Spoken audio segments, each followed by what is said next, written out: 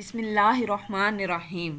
اللہ کے بابرکت نام سے شروع جو بڑا مہربان نہایت رحم فرمانے والا ہے، واحد ہے، لا شریک ہے، اور لاکھوں کروڑوں درود و سلام حضرت محمد مصطفیٰ صلی اللہ تعالیٰ علیہ وآلہ وسلم پر جو اللہ کے آخری نبی ہیں۔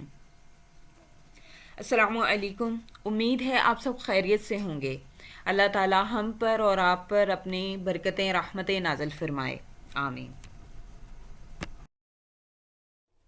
آج ہم سحر و افطار کی دعا پڑھیں گے۔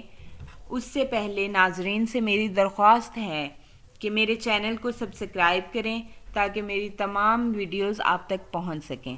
جزاک اللہ خیرہ۔ تو آئیے چلتے ہیں ہم دعا کی طرف۔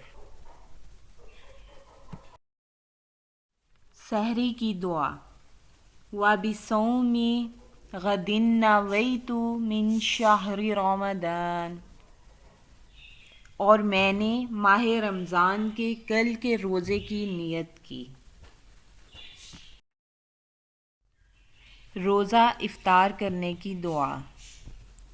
اللہم انی لک صمت وبک آمنت وعلیک توکلت وعلی رزقک افطرت۔